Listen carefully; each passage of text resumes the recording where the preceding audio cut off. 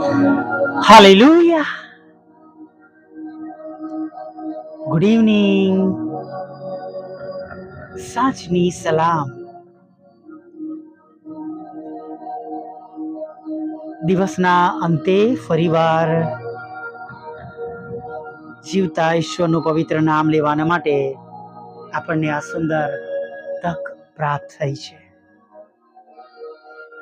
Hallelujah. સાચે જ વાલા મિત્રો, તમને ને મને આ સુંદર તક પ્રાપ્ત થઈ છે. ઘણા બધા લોકોએ ઈચ્છ્યું, પણ એક યા બીજા કારણે તેઓ આજનો દિવસ જોઈ શક્યા નથી, આ સમય જોઈ શક્યા નથી, પ્રભુની સમક્ષ નમી શક્યા નથી. કારણો ઘણા બધા છે, પણ આપણે પ્રભુની સ્તુતિ કરીએ, પ્રભુનો આભાર માનીએ, આનંદ કરીએ. હાલેલુયા. Praise the lord. અને ચોક્કસ જેઓ દુઃખી છે, હતાશ છે, નિરાશ છે, હોસ્પિટલોમાં છે, બધા માટે પ્રાર્થના કરીએ.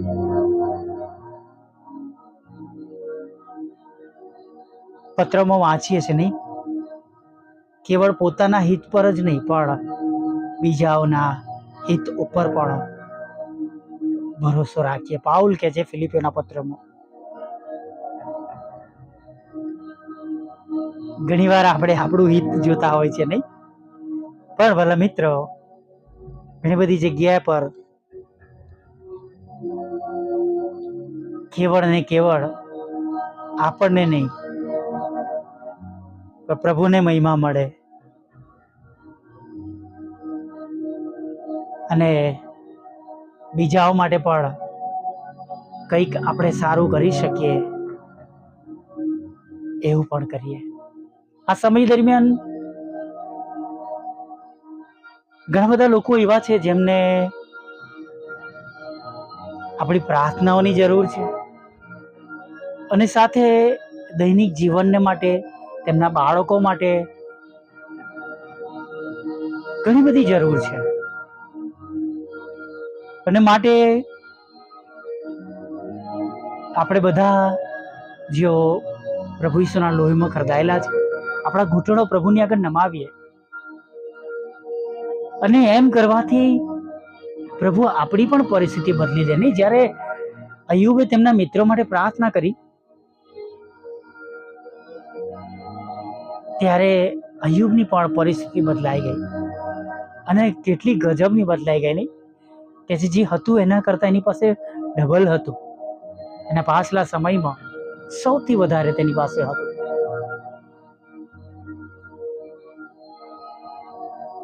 મેં ઘણા બધા દીકરા દીકરીઓને એવા જોયા છે જેઓ પાસ થયા, સારા ગુણો પણ છે, માર્ક્સ છે, સારા માર્ક્સ આવ્યા છે,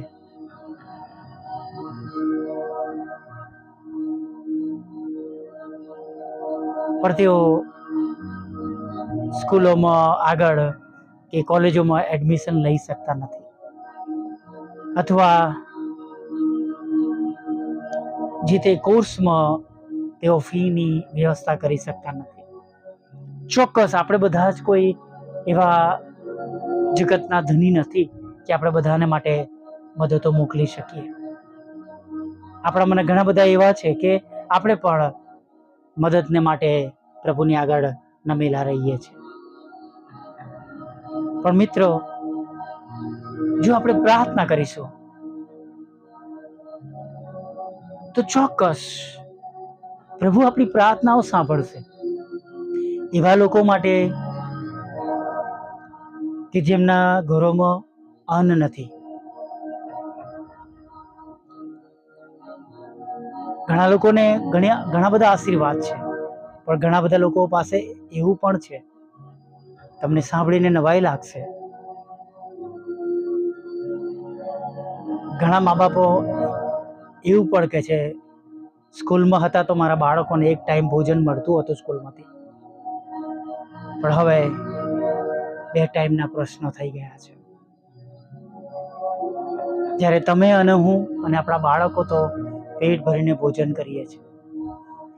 કદાચ તમારા મારા ઘરમાં તો પંખો પણ છે. ઘણા ઘરો એવા પણ છે જ્યાં પંખો પણ નથી, વીજળી પણ નથી, પતરાના ઘરો છે. એવી ગરમીમાં તેઓએ રહેવું પડે છે. પણ પ્રભુએ આપણા પર દયા કરી છે અને ગરમીથી બચવા માટે આપણને ઘણા બધા ઉપાયો આપ્યા છે. Praise the lord. પર જેઓ એવી રીતના સુરક્ષિત નથી અથવા જેમની પાસે એવા બધા સાધનો નથી, તેઓ માટે પણ પ્રાર્થના કરીએ.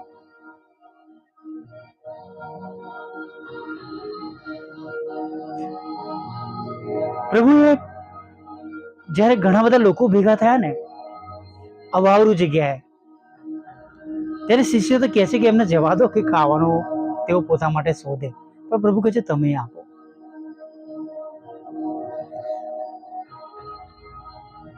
આજે આપણી પ્રાર્થનાઓ એ પ્રમાણે કાર્ય કરે. આપણી પાસે શું છે? એ નાના દીકરા પાસે 2 માછલી હતી અને 5 રોટલી હતી અને 12 ટોપલીઓની વાત છે, બીજી 7 ટોપલીઓની પણ વાત છે.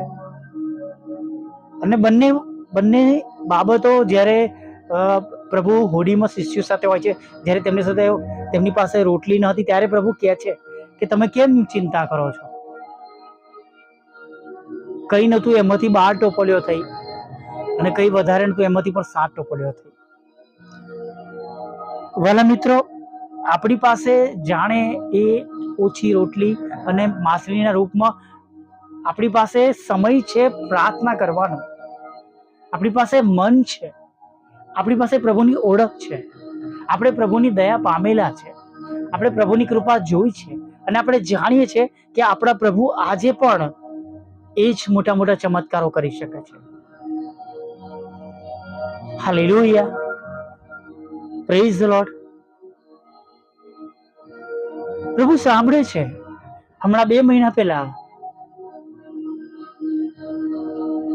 કોઈક બાબતને માટે ખરેખર ચિંતિત હતો અને સતત પ્રાર્થના કરતો હતો, પણ કોઈ રસ્તો મળતો ન હતો. પણ પ્રભુએ દૂતની જેમ કોઈકનો ઉપયોગ કર્યો અને મને સામેથી મેસેજ આવ્યો જે બાબતની ચિંતા કરતો હતો કે આ વસ્તુ હું તમને મોકલી આપું છું.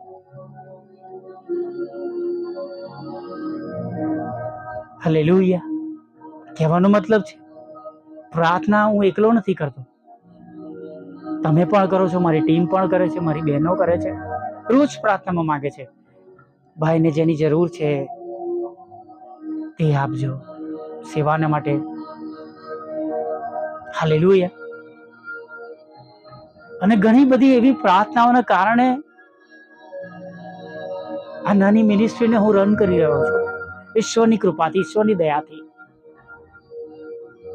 કે જ્યાં સમય પર જે વાનાની અગત્યતા થાય છે પૂરી પાડવામાં આવે છે.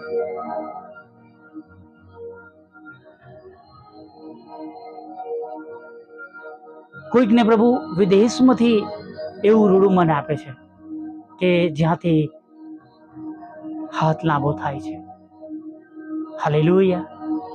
પણ આ બધું પ્રાર્થના દ્વારા શક્ય બને છે. હાલેલુયા. અને માટે જેઓ દુઃખી છે, બીમાર છે અને આ સમય દરમિયાન તેઓને ઘણી બધી જરૂરિયાતો છે, એ બધાને માટે પ્રાર્થના કરીએ. નાપાસ થયેલા વિદ્યાર્થીઓ માટે પણ પ્રાર્થના કરીએ, ફરીથી તેઓ નવું બળ મેળવે, જોશ મેળવે અને ફરીથી ઊભા થઈ જાય. હાલેલુયા.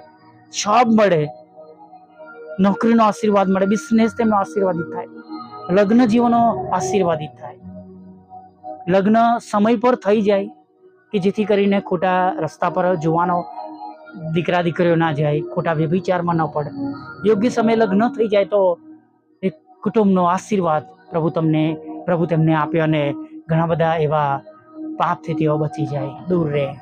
હાલેલુયા. માટે આપણે પ્રાર્થનાઓ કરીએ અને ખચિત આપણા ઈશ્વર આપણી પ્રાર્થનાઓ સાંભળશે. અને ચોક્કસ જ્યારે આપણે પ્રભુની આગળ ઊભા હોઈશું ત્યારે આવી ઘણી બાબતોને માટે આપણે સાંભળીશું, આવો મારા વિશ્વાસુ દીકરા કે મારી વિશ્વાસુ દીકરી, તો થોડામાં વિશ્વાસો માલુમ પડી છે, તો થોડામાં વિશ્વાસો માલુમ પડ્યો છે. હાલેલુયા. કેવળ આપણા હિત પર નહીં, બીજાના હિત પર પણ વિચારીએ. હું ઘણી વાર ઘણાને વિનંતી કરું છું કે તમે આ જગ્યા પર મદદ કરજો,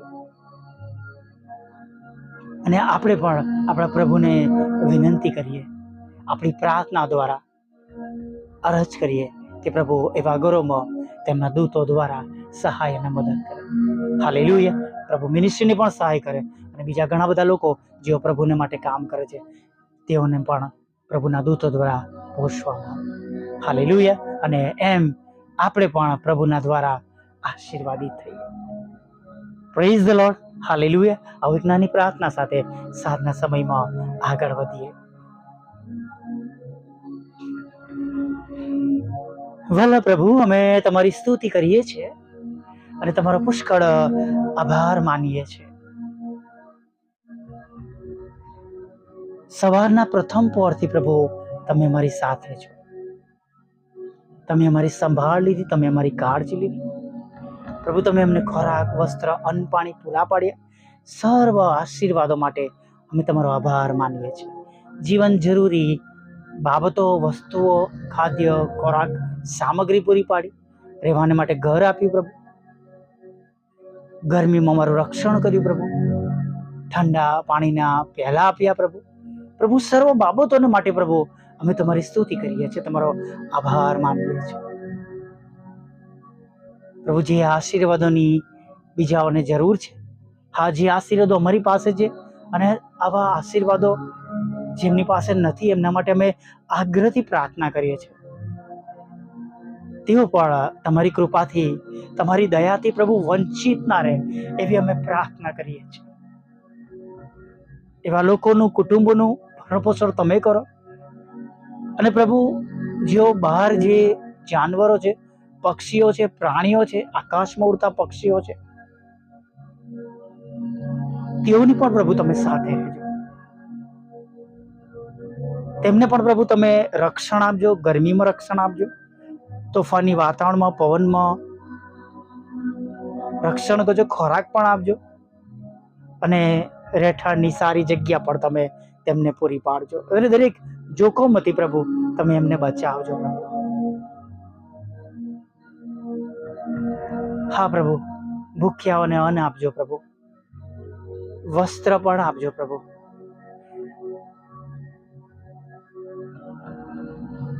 જે બહેનો હતાશ છે, નિરાશ છે, વિધવા બહેનો છે પ્રભુ, ઘર નથી ચલાવી શકતા પ્રભુ, જુવાન દીકરા દીકરીઓ છે પ્રભુ, એવી બહેનોની, એવી વિધવા બહેનોની તમે સંભાળ લેજો.